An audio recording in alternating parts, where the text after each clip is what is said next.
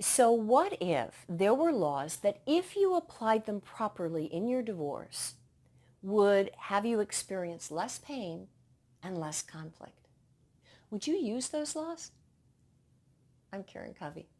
I'm a divorce advisor, attorney, mediator, and coach, and today I want to talk with you about what I call are the 3 universal laws of divorce.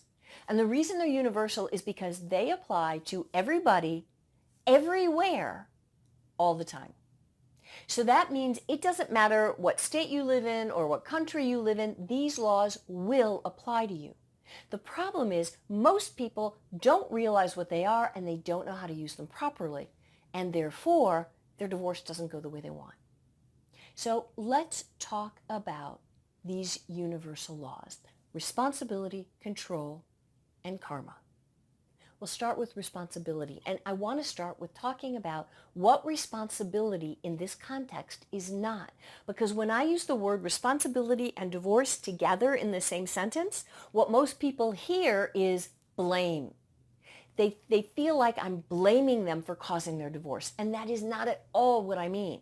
First of all, whatever happened to get you to the point where your marriage is ending in a divorce is not what we're talking about. Whatever happened up to this point, that's a discussion for a different video and probably a decent discussion for your therapist.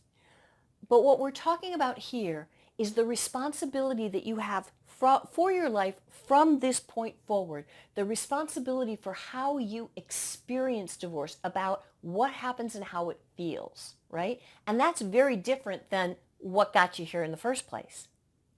Responsibility also isn't blame. Blame is fault finding. And that's not what you want to do. You don't want to put blame on anybody else or even on yourself. So many of us beat ourselves up so much for things that really we can't even control, that aren't our fault. So this isn't about blame. It's not about fault. What responsibility means is ownership. You take ownership of your divorce process. Okay, so what does that mean? Well, it means that you keep track of what's going on and you stay on top of it. Now, I know you're probably thinking, wait a minute, isn't that my lawyer's job? And you're right, it is. However, let's be realistic. Your divorce is not the only divorce case that your lawyer has. And so they get busy, things happen, and your case doesn't get the attention all the time the way you would want it to. So thinking that it's your lawyer's responsibility and not taking the bull by the horns and staying on top of things yourself can be a huge mistake. And it can cause you an enormous amount of frustration because you're waiting for something to happen, it's not happening, you're getting frustrated. You need to step in and just stay on top of things. I don't mean be obnoxious, but just stay on top of things. That's your responsibility. And if you do that, your experience of divorce is going to be way less frustrating and painful than if you just let everything else happen.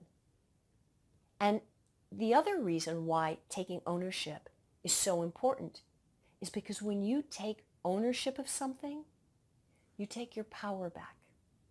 When you own it, you now have the power to affect it, to make a change in it, to control a little bit your part in the way it goes and to control your experience of it. And that makes all the difference in the world. So that's what responsibility is. And control, which we've already talked about a little bit, is the second universal law of divorce. And control has 2 sides. The universal law of control says it is your responsibility to control yourself. That means to control your emotions, your actions, your reactions. And it is not your responsibility to control your spouse, your lawyer, the divorce process, and everything else. Anything that is not you is not your job. It is not your job to control, and you're really not even able to control it. And that's another huge source of frustration and pain when you're trying to control something that you can't. Now, you may be saying to yourself, wait a minute, Karen, you just said I'm responsible for the process, but I can't control the process. What gives? Well, what I said was you're responsible for your experience of the process, right? You're not going to be able to 100% control the process, but if you're responsible for staying on top of it, you're going to affect it. You're going to move it in the right direction. And letting go of control of your spouse especially, but of your lawyer, of the divorce, of everything else is really hard. It's really hard because our whole life is so out of control when you're in the middle of a divorce that you want to control something.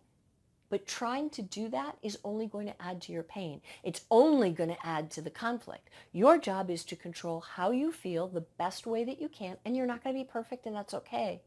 But to control your emotions and mostly control your actions and your reactions.